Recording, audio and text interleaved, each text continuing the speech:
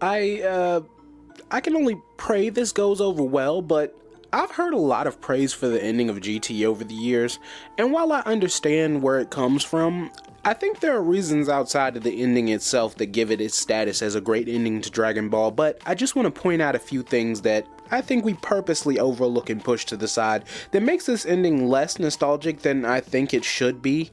Sorry in advance for ruining your favorite and truly only Dragon Ball ending, but let's start here. GT itself doesn't make much sense, and that's okay. But I'm gonna go arc by arc and just quickly point out some things I think stand out. And once we get to the end of the series, my grand point will have revealed itself. Starting with the Black Star Balls arc. First off, what does Pilaf gain from making Goku a child, when he was beaten by a child Goku? Also, he makes this wish and never even does anything, never even shows up again. As a matter of fact, how did they even get onto the lookout in the first place? And what purpose do the Black Star Balls serve that the regular ones couldn't? Why haven't they ever been mentioned, and if that was the case, why are they Earth Dragon Balls? And ultimately, a galaxy separation of the balls and a year time limit isn't even a real factor considering the gang makes it back with time to spare. And all of the aliens and alien worlds we visit are so similar to the one we left, you might as well have just had an adventure on Earth. I mean, the king is an anthropomorphic dog, which is weird because we know regular dogs exist, and even if you want to suspend disbelief and all that good stuff, some things just unnaturally stand out. Like, why does Dr. Mew look like Dr. Gero, and why do both of these evil scratching posts get to keep their body, and how did they make another android in hell? But I'm getting ahead of myself because the next arc would be the baby arc, and though this is a way more solid arc than the others, it still has its glaring problems, but they mostly stay in the realm of forgetful aside from things like Baby not trying to take over Goku's body because of their first meeting in space, I guess, when that's weird because he takes over all of the remaining Saiyans who he was literally born to have a grudge against, but that's just a small blotch on an otherwise pleasing painting. But the Super 17 arc? That's more like a spill your dog gets up. It's not good, but you don't have to do anything to fix it, so who cares? Again, why do Mew and Gero have their bodies, enough free time and resources to create another android?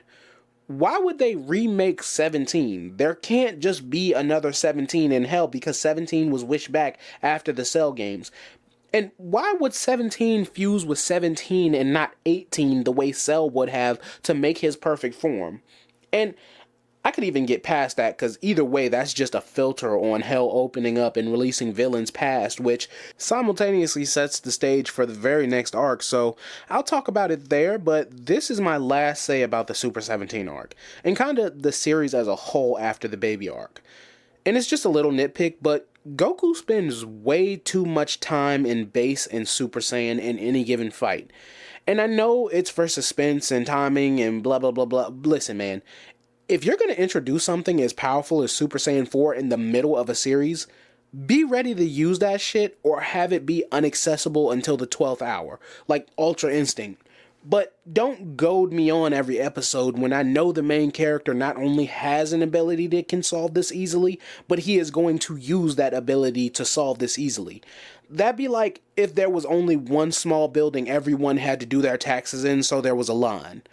Don't make me wait for you to screw me over like I know you're going to, is my point. And now we make our way to the Shadow Dragon arc, and I just have to ask, if there were cracks in the Dragon Balls, why didn't none of them, especially Bulma, stop and say, hey, maybe we should ask about these before we do this? And who would they ask if such a question ever needed to be answered? You might say Piccolo, and I'd understand, because Dende is all but nowhere during this arc.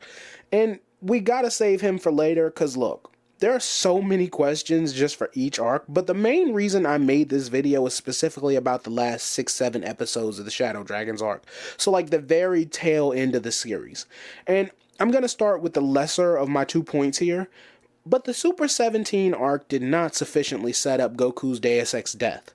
It makes no sense that that would have played a part in it. we see people die. Krillin dies, and nobody just sticks around and is invincible for a short period of time. And dying does not make you invincible. As a matter of fact, it ups the stakes, because if you die while dead, you get erased. And yes, you do get a bit more durable with a death body, but Goku in base is not tanking attacks from Omega Shenron at any point, period. And here's where we drop into the reason I made this video. I know how much weight this ending holds for everyone, but it never hit as hard for me because as soon as I saw it, I said, wait, this makes no sense at all. And I've been falling deeper and deeper into that hole ever since. Because remember how I mentioned Dende? Where was he during all of this? He's the guardian of Earth and Shenron's creator.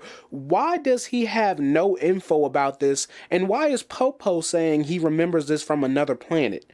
Couldn't Dende have just turned Shenron off as soon as he started acting weird? Or at the very least, he should have known the balls were built up with negative pressure.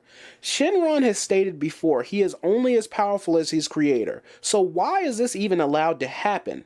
And the final nail in the coffin would open my eyes to the conspiracy was Shenron leaving with Goku. Where are you going? You live in the Dragon Balls and Dende created you. You can't just take Goku because he has an afterlife to go to. Even if you want to say he took Goku to a different realm or even just to a secret spot on Earth, who authorized that? I can only assume that they left it up to interpretation because they didn't have their own explanation and they just wanted Goku to ride off into the sunset on Shenron to yank the tears out of your eyes and the money out of your wallets, and damn it, it worked. And I'll stand as the minority in this, but I know my nostalgia comes from many other factors than just this ending itself. So, I said it once, and I'll say it 1,000 more times, GT in general, but specifically GT's ending, makes no sense. Subscribe, like, comment, donate using the thanks button, because that's all I got. I hope you enjoyed, because I appreciate you watching, and until next time, peace. That thunder on me clap, make a nigga think before he act. Have a nigga dying on his back, then we double back. Shooters leaving rubber where you at. That's why niggas never wanna match.